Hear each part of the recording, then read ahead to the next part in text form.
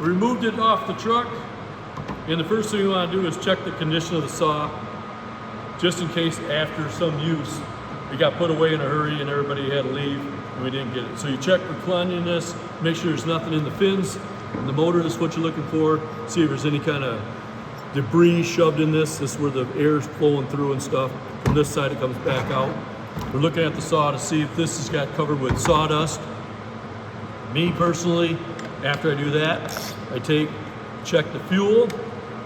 One is fuel, the bigger one. After I check the gas, tighten it back up, give it a little bit tight. Don't reef it too tight. We don't need the tabs broke off. I go to check the oil. It's down a little bit. We can fill it up right now. That's not a big deal. We use bar oil. Don't use engine oil in them. We use bar oil. It's a little bit thicker. You don't need to fill it right to the very tippy top. About 3/4 of the way is good. Just a little bit down from the top is fine.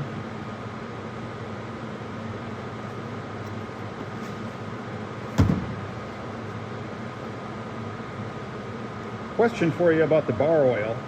I've heard people talk about loosening that cap after we use the saw because there's pressure built up, and if it's not loosened and we don't let that pressure out, we're going to get oil leaking all over the inside of the cabinet. Is that true?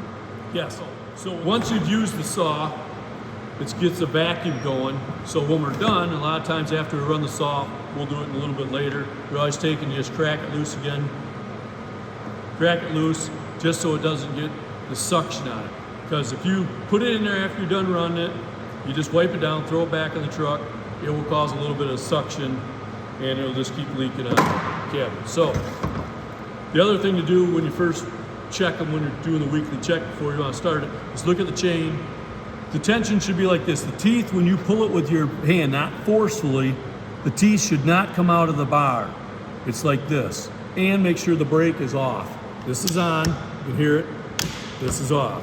So put your glove on, don't use a rubber glove or nothing like that. Spin this, push this forward, now the brake's on. It will still move the chain, but not as hard. So pull the brake back off, you can hear it clicking. It's off, and you spin it with one hand.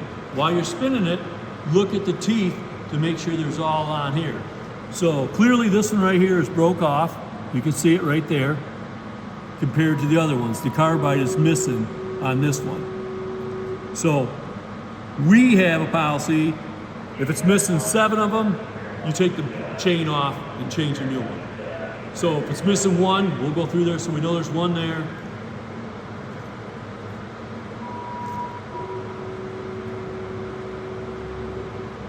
Two.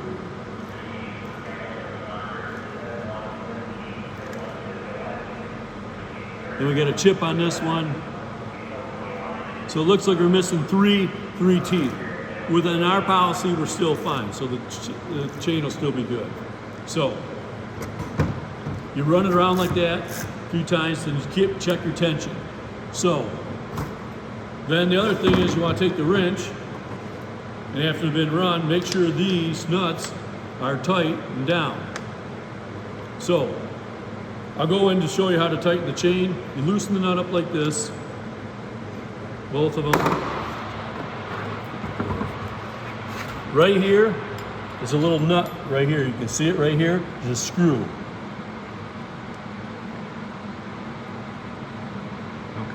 Okay, so when you take this off, it's going to loosen the bar up, and the other way will tighten it up. The easiest way is you can loosen it, the chain will come really loose. Put your hand on it. I always just tighten it up till it gets snug with your hand. Stop like that.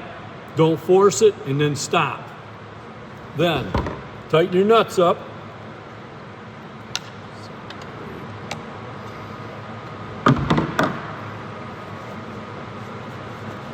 Then give it a little whirl like that.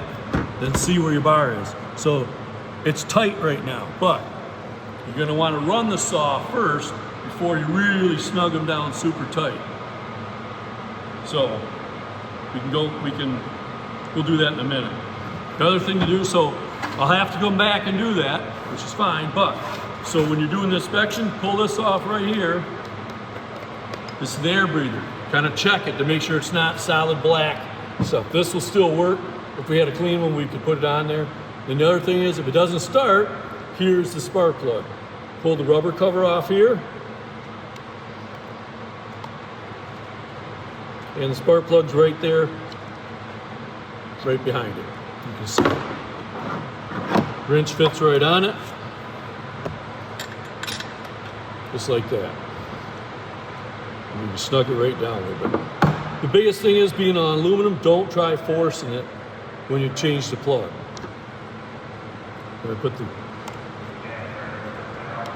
So just like the chain, we're looking to snug that up, correct?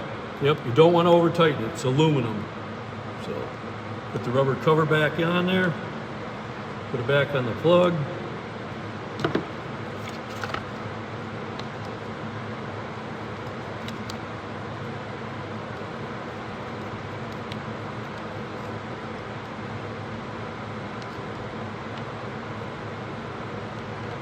And of course, it's not going to go on right away. That's what happens. Never lines up when you want it to.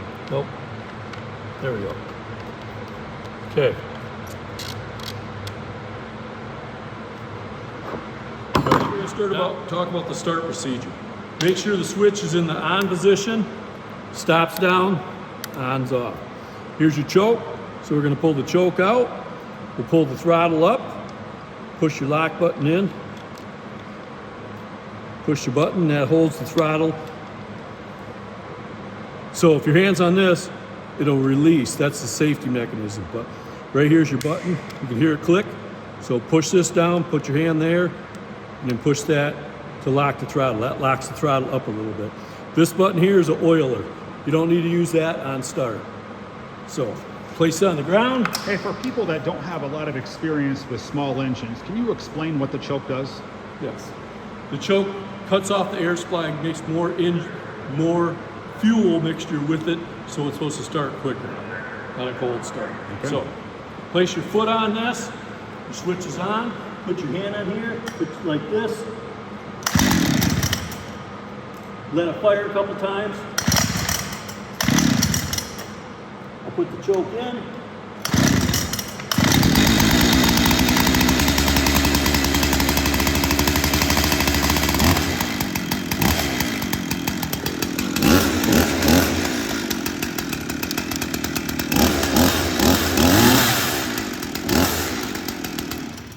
I'm going to place it back on the table. I ran a little bit. I'm going to check the tension of the chain. The chain's a little bit too tight. So we'll loosen the nuts up again.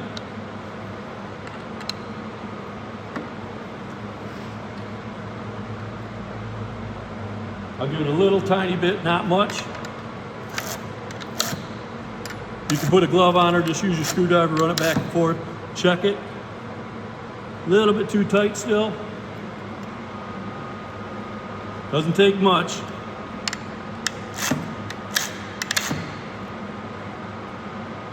It's pretty close. So That's pretty good. now we'll tighten them back down.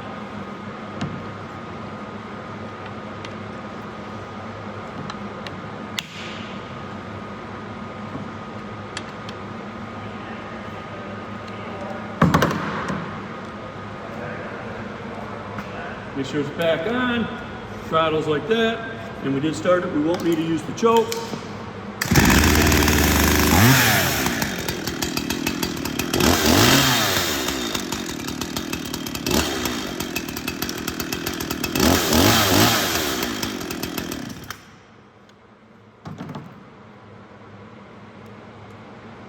It's not bad. So now that we did that, we'll flip it back over. We'll loosen up the oil right here just so it doesn't cause a suction. Just to loosen it up.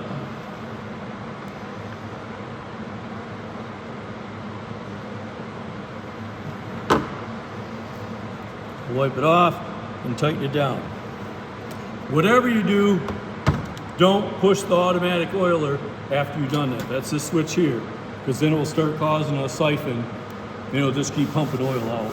Can you explain to us, when would you use the automatic oiler? So if you're cutting and all of a sudden you start seeing the blade smoke, you might want to pump this a little bit. So if you're doing a lot of heavy cutting, it should automatically flow through it. But if it's not, you want to pump. So the other way to check, and I can show you, I'll show you. So you turn the motor back on. We're going to start it again. I'll show you how to make sure that the automatic oiler is working. Place it on the ground. Watch the floor. Watch.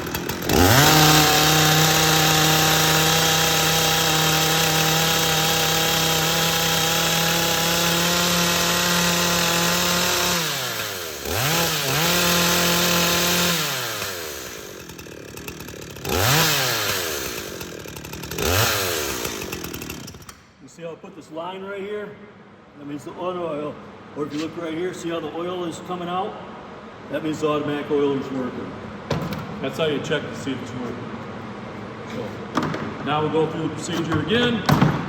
We'll loosen it because we had a shot oil. If you look at the bar, you can see the oil's coming out right here. So it's starting to come right out. The oil's right here.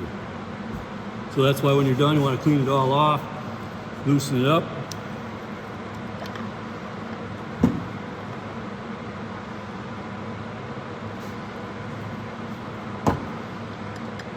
Give it a little snug, it's good enough. And check the other side, see if there's any oil flying around. And there. Okay, and that saw is ready for service, right? Yep. All right, thank you.